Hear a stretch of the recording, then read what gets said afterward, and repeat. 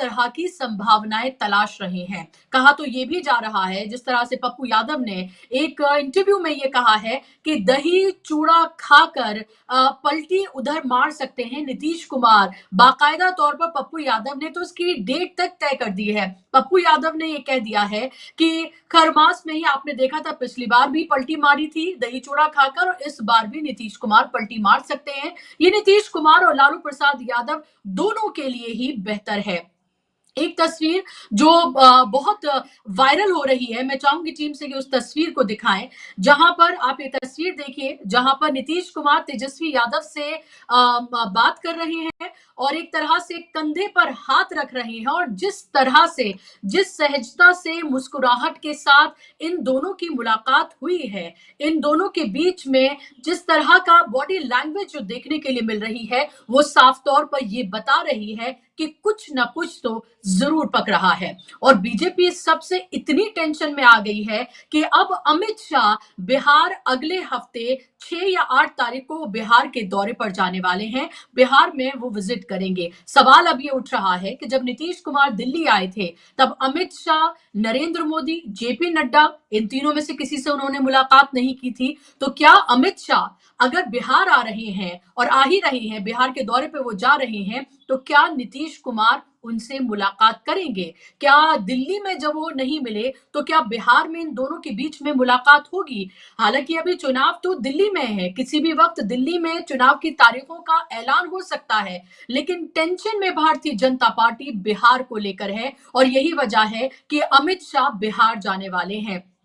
क्योंकि जिस तरह की तमाम संभावनाएं फिलहाल बनती हुई नजर आ रही हैं, उससे ये कहा जा सकता है कि नीतीश कुमार जो अब तक 5 बार लगभग पलटी मार चुके हैं, वो किसी भी वक्त पलटी मारकर इंडिया गठबंधन की तरफ जा सकते हैं। अब सिर्फ कसर ये रह गई है कि उनको क्या ऑफर दिया जाता है, उसका ही बस उनको अब इंतजार है। क्योंकि लालू प्रसाद यादव के बाद कांग्रेस की तरफ से भी ये कह दिया कि गोडसेवादी ताकतों को जो कोई हराएगा, जो गांधीवादी ताकतों के साथ खड़ा नजर आएगा, उन सबका स्वागत है, और नीतीश कुमार का स्वागत कांग्रेस ने भी किया है। और जो तेजस्वी यादव सीधे तौर पर ये मना कर रहे थे कि अब कोई मतलब ही नहीं बनता है, लालू प्रसाद यादव के बयान के बाद जब उनसे बात की गई तो वो कहीं ना कहीं सॉफ्ट होते हुए नजर आए। और सबसे महत्वपूर्ण बात जिसका जिक्र मैंने पहले किया, मैं फिर से करना चाहूंगी कि नीतीश कुमार से जब सवाल पूछा गया कि क्या आप उस तरफ जाएंगे, इससे पहले आपने देखा होगा कि बहुत दृढ़ता से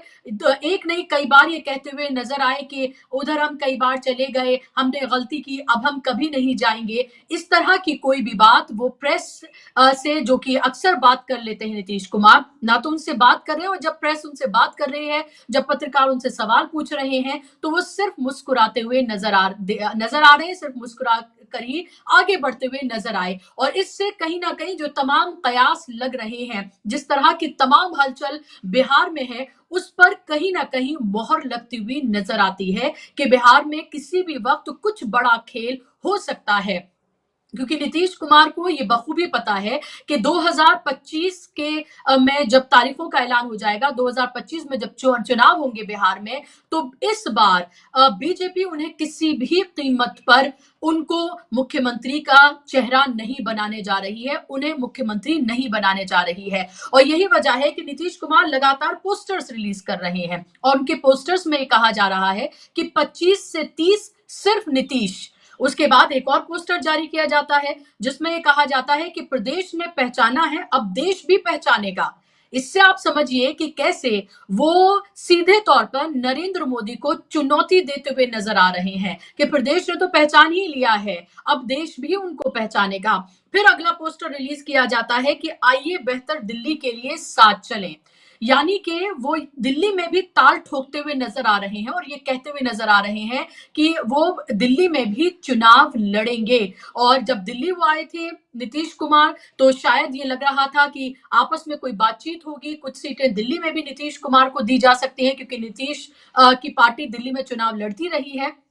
लेकिन उस पर भी कोई बात बनती हुई नजर नहीं आई। और एक बार अगर हम पिछले कुछ चीजों को खंगालें तो साफ तौर पर पता चलता है कि 1994 में लालू से अलग होकर उन्होंने पार्टी बनाई। उसके बाद 1996 से 2003 तक वो बीजेपी के गठबंधन में रहे। फिर उन्होंने पलटी मारी और 2015 से 17 तक वो लालू प्रसाद यादव के साथ रहे। 2017 से वो 22 में एक बार फिर से उन्होंने पलटी मारी और बीजेपी के पाले में चले गए। 2022 से जनवरी 2024 तक उन्होंने पलटी मारी और एक बार फिर से वो लालू प्रसाद यादव के साथ चले गए, यानी कि वो इंडिया गठबंधन के साथ चले गए। लेकिन जनवरी 2024 में एक बार फिर से उन्होंने पलटी मारी, वो बीजेपी के पाले में चले गए और अब फिर से जनवरी का यही महीना है और इसीलिए इतनी तेज तमाम सियासत होती हुई बिहार की नजर आ रही है, क्योंकि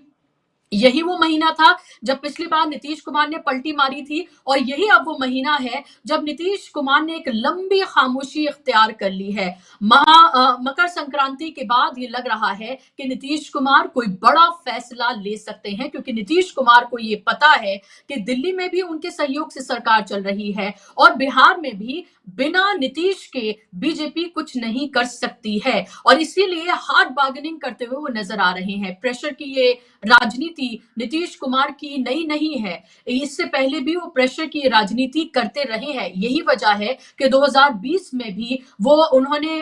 उनका जिस इन सीटों पे वो लड़े थे उनका नंबर लगभग बीजेपी के बराबर ही था। हालांकि वो सिर्फ 46 सीटों पर ही उन्हें जीत हासिल हुई और सिंगल लार्जेस्ट पार्टी 2020 में आरजेडी बनकर उभरी 75 सीटों के साथ और दूसरे नंबर की पार्टी थी बीजेपी 74 सीटों के साथ। और इसके बाद भी आप ये देखिए कि उतना अच्छा प्रदर्शन जेडीयू का 2020 में नहीं रहा था, लेकिन फिर भी मुख्यमंत्री कौन बना? नीतीश कुमार, क्योंकि नीतीश बीजेपी की मजबूरी थे। लेकिन इस बार जब से अमित शाह ने बयान दिया है कि पार्लियामेंट्री बोर्ड तय करेगा, उसके अलावा जो विजय कुमार सिन्हा जी उनकी तरफ से जो बयान दिया गया उप मुख्यमंत्री की तरफ से कि अटल बिहारी वाजपेयी को सच्ची श्रद्धांजलि तब होगी जब बीजेपी की अपनी सरकार बनेगी। और लगातार जिस तरह की बीजेपी की तरफ से इससे पहले भी बयान दिए जाते रहे हैं, नीतीश कुमार को इस साफ तौर पर लग रहा है कि यूज एंड थ्रो की पॉलिसी का इस्तेमाल करते हुए नीतीश कुमार को बिहार का उद्धव ठाकरे बीजेपी बना सकती है, कि उनके नेतृत्व में हो सकता है चुनाव लड़ा जाए लेकिन उनको ही मुख्यमंत्री बनाया जाए, ऐसा नहीं होने जा रहा है। और इससे आप ये समझिए कि चाहे हम मध्य प्रदेश की बात करें, राजस्थान की बात करें, इसके अलावा आप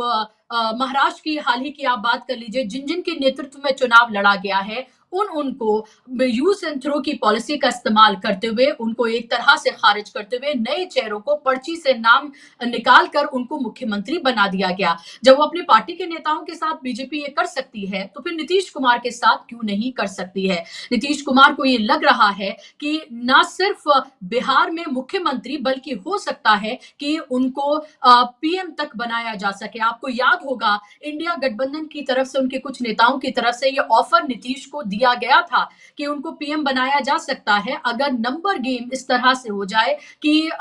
उनके पास इंडिया गठबंधन के पास 272 का वो जादुई आंकड़ा हो जाए और अगर नीतीश पलटी मारते हैं तो केंद्र की सरकार जो बैसाखियों पर टिकी हुई है वो भी डगमगाने लगेगी। यही वजह है कि बीजेपी पलक पांव जो है वो बिछाए हुए हैं उन्होंने नीतीश कुमार के लिए और नीतीश कुमार को लेकर लगातार ये बयान दिए जा रहे हैं, क्योंकि जो असली खेल था बीजेपी का वो खुलकर सामने आ गया है। जो वो खेल चुनाव के बाद करने जा रही थी वो नीतीश कुमार चुनाव से पहले ही समझ चुके हैं। यही वजह है कि वो चुप हैं और अपनी राजनीतिक रणनीति पूरी तरीके से तय कर रहे हैं। बहुत महत्वपूर्ण दिन ये बिहार की राजनीति के लिए चल रहे हैं और उसी पे सोने पे सुहागा आप ये देखिए कि बीपीएससी के छात्र जिस तरह से आंदोलन कर रहे हैं और उसमें चाहे पप्पू यादव हो, कांग्रेस हो और उसमें प्रशांत किशोर जो है उनकी भी किस तरह से एंट्री हो गई है, इस सब ने नीतीश कुमार की टेंशन को और ज्यादा बढ़ा दिया है। उनको ये लग रहा है कि पिछली बार भी उनका परफॉर्मेंस बहुत अच्छा नहीं रहा था, बीजेपी के साथ वो लड़े थे और बीजेपी का परफॉर्मेंस ज्यादा अच्छा रहा था और RJD party single largest party के तौर पर उभरी थी, तो क्या उधर जाने में उनको इस बार फायदा है? और फायदा सिर्फ मुख्यमंत्री बने रहने तक नहीं, बल्कि क्या केंद्र में भी उनकी पॉसिबिलिटीज उस तरह से बनती हुई नजर आ रही हैं? क्योंकि अभी तो एक तरह का टोकनिज्म के तौर पर उनको 2 मंत्रालय जेडीयू को दिए गए हैं और उन दोनों ही नेताओं को पूरी तरीके से बीजेपी ने अपने कब्जे में कर लिया है। नीतीश कुमार को ये पता है कि अलग-अलग जो उनके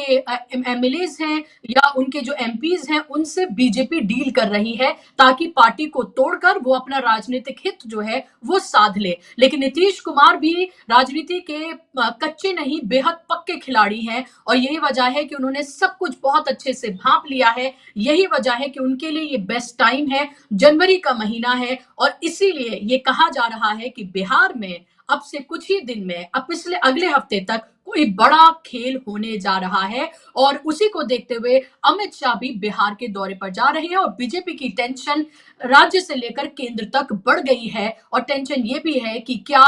ये जो कहा जा रहा है कि क्या मध्यवर्ती चुनाव की तरफ देश बढ़ रहा है, तो क्या उसके सूत्रधार नीतीश कुमार हो सकते हैं? ये तमाम सवाल उठ रहे हैं।